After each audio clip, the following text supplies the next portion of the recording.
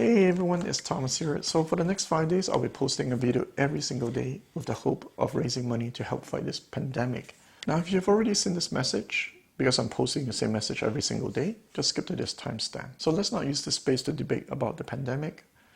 It's not the place for it. Now, on my wife's side, somebody did pass away from it. So, first-hand experience. Heck, everything on Thomas Stereo, first-hand experience, man.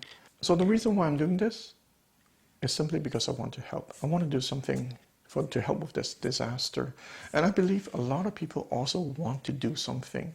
And one of the things that's stopping them can be the fear of not knowing for sure if the money they're giving out is going to the right place. Now, that's why I took some time to research on Doctors Without Borders to make sure that they're legit. I've spoken to them. My friend have met doctors from there. Someone I know has volunteered there. So I'm pretty sure they're legit. You know, this YouTube channel is one of the best things I ever started in my life. Not only it gave me the chance to feel like a movie star when I go to a hi-fi trade show, it also allowed me the chance to try different gear as well as meeting people. Brought a whole community together and gave me the chance to interact with people. And for that alone, it's totally worth all the energy and time I spent building this channel. Now, if I can use this channel to make the world a better place by bringing some positiveness to it, that would be so incredible. So that's part of the reason why I want to start this fundraiser. I also want to take this time to say thank you because I'm about to reach 30,000 subscribers. Can you imagine that 30,000 people click on the subscribe button? That alone is a miracle in itself. All right, so let's start today's video. Alright guys, so before we start, just like all my other videos when I share other people's system, please keep your criticism to yourself. I'm really sorry for asking this, but I really want to keep this a safe space for people to share their system. Alright guys, so let's start. Alright, so let's take a look at Carlos' system. We have the Elac DBB6, the Cambridge Audio CX60 integrated amp, the Cambridge Audio CX CD transport, ChromeCast audio for streaming with FosPower Toslink to Mini Toslink Cable, bass audio coaxial digital cable, Monoprice 10 gauge speaker cables, regular power cables, used stands filled with dry sand, acoustic absorber panels from Vicoustics, thick drapes and carpet to help more with the absorption, paradigm component shelves. So first thing I noticed is the place look aesthetically pleasing.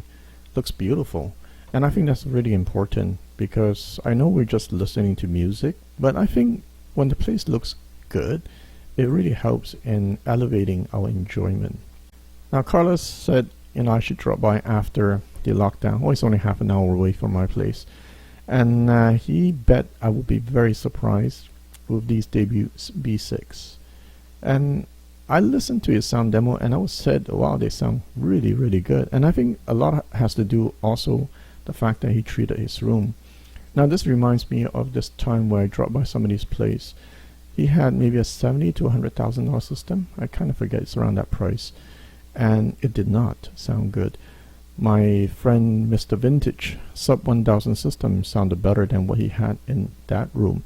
And the problem was the room. Obviously it's not the equipment, it's the room. So in a treated room like this, I can absolutely see the whole system sounding great. Now Carlos also mentioned that he bought the B6 because he wanted a layback presentation, but he bought the Cambridge audio to bring back a bit detail. So synergy is important, and that's why I'm not really surprised with the fact that the sound demo sounded amazing. I really like how the Cambridge CXC looks. It looks so modern. And yeah, after this lockdown, Carlos, I should drop by your place, and thanks for sharing. Alright, let's look at Chris' system. Chris is from Australia. We have the Yamaha AS1100 integrated amp, JBL Stage A170 Floorstanding speaker, Rega Planar 1, Schiit Mani Phono stage, Wu Audio WA7 headphone amp and DAC, Den Hul Clearwater Cables. Now Chris told me that everything in Australia is like double the price compared to the rest of the world. It's not the first time I hear this, so poor guys, man. I feel sorry for you guys.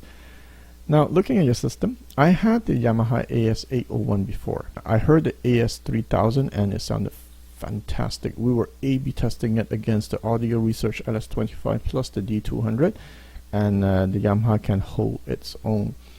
Now, I heard that the AS1100, which you have, is a different class than the 801, and TJ, the stereo bargain file, has confirmed it.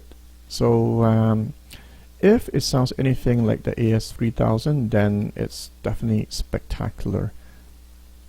And I myself have been toying with the idea of picking up one too. Now, I've never heard these speakers. I don't even know they existed. But for you to choose it over the Elac and also the Klipsch, it's interesting. Now, Chris mentioned that he likes it because it's a fun speaker and there's more bass extension.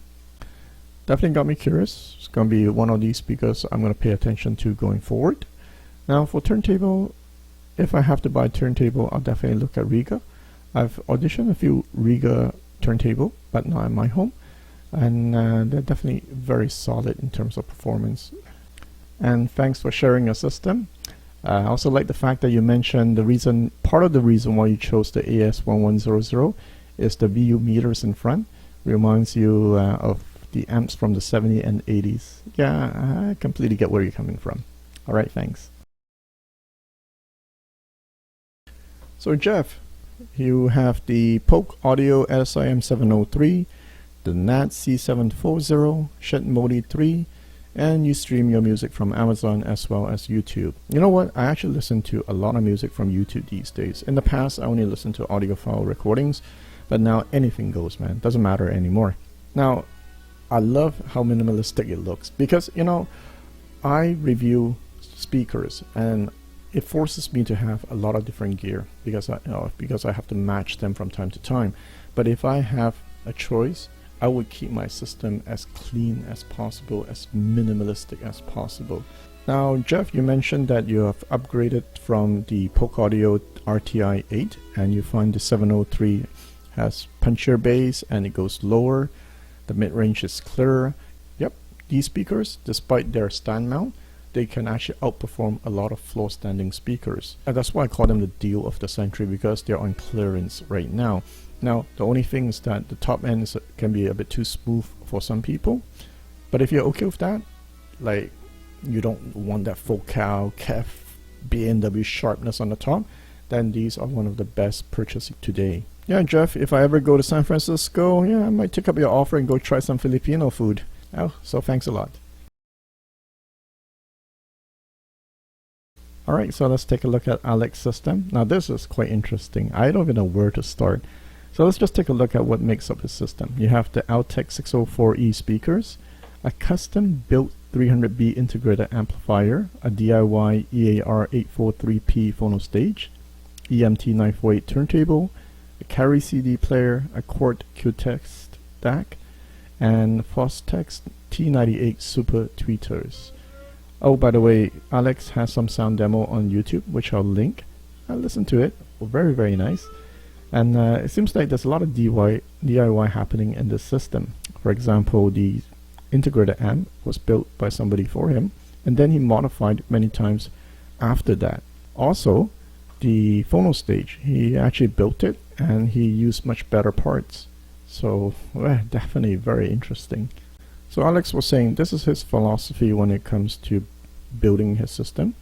Good dynamics and real instrument tone for him is the most important. Good mid-range, no hi-fi highlighted high frequency and bass because real acoustic instruments don't sound like that. High sensitive speakers, and finally SET tube amps. The sound demos are pretty cool because there's one with the Supertweeter and one without, so you can hear the difference. So I was looking at all these photos Alex sent me, and all I can say is like, wow, Alex, what a system.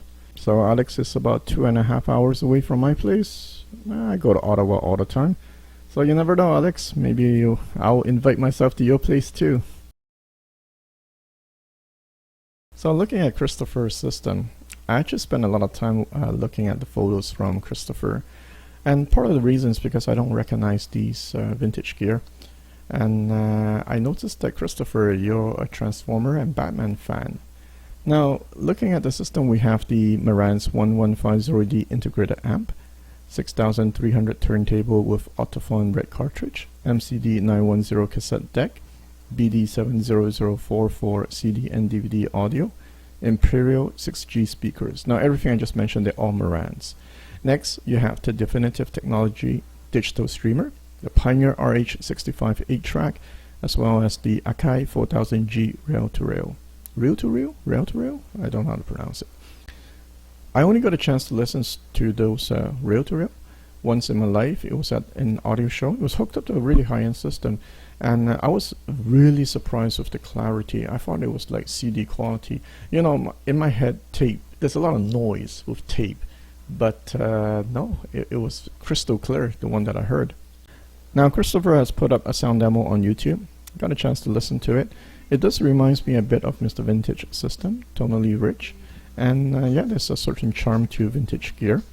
I also like the fact that this atmosphere you create with these little lights, like for example lights pointing at the speakers, lights pointing at the turntable, and this lights underneath your turntable. So I think yeah, it's really cool. Now I guess I'll put in the description a link to Christopher's system. I'll say this, you know, whenever I go to Mr. Vintage place, at my home, when I listen to music, we talk about what are we listening for. You know, the sound stage, the depth, the bass, the speed, and so forth. At Mr. Vintage place, sometimes when we listen to music, we talk about, so what's the next song gonna talk about, as opposed to how it sounds. So we listen to the story, we talk about the story. Mr. Vintage does that. He tells me what's the story behind this and why the artist wrote that song and so forth. So it's a different experience. At my home, I'm listening more to gear. At Mr. Vintage place, I'm actually listening to the song more. So every time when the next track comes up at Mr. Vintage place, I would ask, okay, so what story is she gonna tell next? So that got me thinking maybe I myself should set up a vintage system. So Christopher, thank you very much for sharing your system. I'm just humbled by wow, all these people out there watching my show having such incredible systems. Thank you. So next we have JF system. He's from Quebec City. That's about 2 hours away from my home. He has the Focal Sopra 3, the Focal Electra SW1000 subwoofer, the Violet Expert Pro 1000 Dual Mono, Mindtech DAC Plus, Cambridge CXC Transport, Dell Computer Rune and Tidal, Artcam Tuner, as well as cables and interconnects from Bits Audio. And this is interesting. JF mentioned to me that the Sopra 3 was actually cheaper than the Sopra 2 because they discontinued the blue Sopra 3. I think they're crazy. I mean, the blue one is the one that looks the best in my opinion. It looks like Audi blue. For me, the red and the blue is the best one. Now, what I find the coolest part about your system are those monoblocks. Now, usually monoblocks like Class A, Class AB, they're like humongous, they're like mini ovens. But these look futuristic, man. And they're on these isoacoustic, oh, I don't know, call them hockey pucks or whatever. And the speakers are also on isoacoustic Gaia. So I see that you don't have a preamp, so I'm going to assume that you're using the Brooklyn DAC Plus as your preamp. Overall, I like that it's clutter-free. Now, Sopra 2 and Sopra 3. I've never heard the Sopra 3, but according to JF, it sounds more liquid and there's more bass. Apparently, not by a huge margin, like it doesn't win by a huge margin, but it's quite noticeable, the difference. So congratulations, JF. You have, once again, one of my dream system there. And I'm pretty sure those monoblock can really control the bass on the Sopra 3. And JF, you know what? I'm like 2 hours and something away from your home. Maybe I should just invite myself and go listen to your system one day.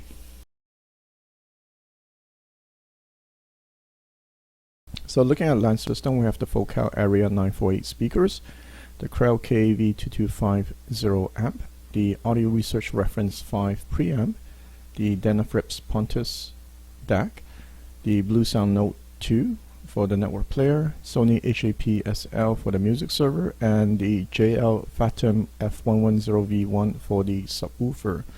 Now what caught my attention was the Audio Research Reference 5 preamp. Now, Mr. Kanta has been hunting for one for the longest time. For those of you who don't know what it is, it's an amazing preamp. Not cheap, but definitely really amazing. Now, 948, something that I've been always interested, because I have the 936, I have the Kanta too, and I always ask that question, is the 948 being in the middle with more bass than the 936, would it be good enough that I don't have to get the Focal Kanta? Sure, you don't get the beryllium tweeter, but not everybody cares about the beryllium tweeter. And what I like about your system is placed on the long wall. Well, at least what I mean is that you have space on the left and the right, unlike my room. And usually in rooms where I get to hear systems placed like that with a lot of space in left and right, the soundstage is usually really big.